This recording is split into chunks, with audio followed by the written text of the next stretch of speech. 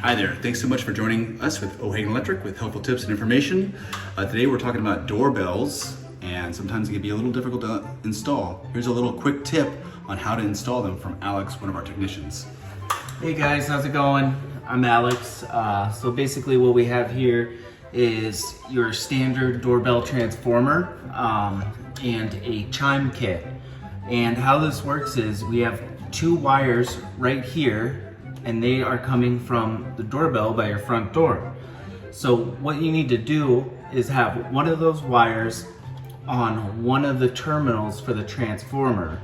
Then you have the other wire go to the front terminal on the chime.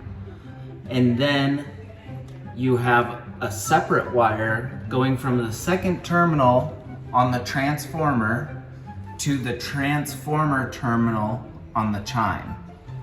So when you're all done, you will have one wire from the doorbell going straight to the chime, and that's this wire, and the other wire from the doorbell going straight to the transformer.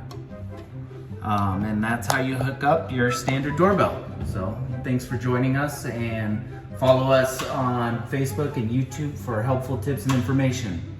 All right, thank you so much. Have a great day.